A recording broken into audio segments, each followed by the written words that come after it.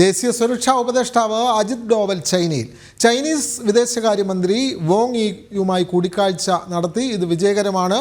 അതിർത്തിയിലെ സമാധാനവും സുരക്ഷയും ഉറപ്പാക്കുന്നതിനുള്ള നടപടികളിലായിരിക്കും ഇരു കക്ഷികളും പ്രാധാന്യം നൽകുക. സേനാ പിന്മാറ്റം പൂർണ്ണമായും സാധ്യമാക്കുകയും മേഖലയിൽ പൂർണ്ണമായ നിരീക്ഷണം ഉറപ്പാക്കുകയും ചെയ്യും. ഇരു രാജ്യങ്ങളും തമ്മിലുള്ള ഉഭയകക്ഷി ബന്ധങ്ങൾ ശക്തിപ്പെടുത്തും. 5 വർഷത്തിന് ശേഷമാണ് ഇന്ത്യ ചൈന പ്രതിനിധിതല ചർച്ചകൾ തുടരുന്നത്. വാർത്തകളുമായി ഐസൺ ജോസ് ഇന്റർനാഷണൽ ഡെസ്കിൽ ചേരുന്നു.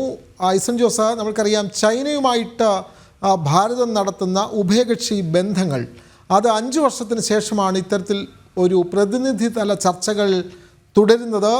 എന്തെല്ലാമാണ് നമ്മൾക്ക് പ്രതീക്ഷിക്കാവുന്നത് ഐസൺ ജോസ്?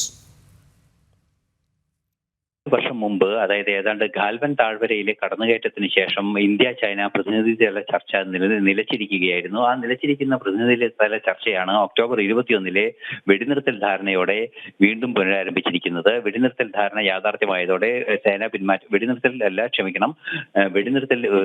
പിന്മാറ്റ ധാരണ സാധ്യമായതോടെ ഇരു രാജ്യങ്ങളും പരസ്പരം സൈനിക വിഭാഗങ്ങളെ ഇരു അതിർത്തികളിൽ നിന്നും പിൻവലിക്കുകയും പട്രോളിംഗ് ഉറപ്പാക്കുകയും ചെയ്യുക എന്ന കൃത്യമായ തീരുമാനമെടുത്തിരുന്നു എന്നതാണ് അറിയാൻ സാധിക്കുന്നത്. അതുകൊണ്ട് തന്നെ ആ ഒരു നീക്കങ്ങൾക്കുള്ള കൂടുതൽ ശക്തി പകരുന്ന നടപടിക്രമങ്ങളായിരിക്കും ഉണ്ടാവുക എന്നാണ് അറിയാൻ സാധിക്കുന്നത്. അത്തരത്തിലുള്ള ചർച്ചകളാണ് പുരോഗമിച്ചത് എന്നും അറിയുന്നു.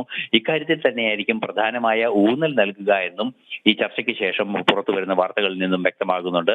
മാത്രമല്ല, ഇരു രാജ്യങ്ങളും തമ്മിൽ സ്തംഭിച്ചുപോയ നയതന്ത്ര ബന്ധങ്ങൾ പുനരാരംഭിക്കുന്നതിനുമുള്ള നീക്കങ്ങൾ തുടരുമെന്നും വ്യക്തമാക്കപ്പെടുന്നുണ്ട്. ഇന്ത്യയും ചൈനയും തമ്മിലുള്ള നയതന്ത്ര ബന്ധങ്ങൾ കൂടുതൽ ശക്തമാകാൻ 5 വർഷത്തിന് ശേഷം നടക്കുന്ന ഇന്ത്യ ചൈന പ്രതിനിധിതല ചർച്ചകൾ ഗുണകരമാകും എന്നുള്ള പ്രതീക്ഷയാണ് ഉയരുന്നത്. വിവരങ്ങൾ നൽകുകയായിരുന്നു ഐസൺ ജോസ്.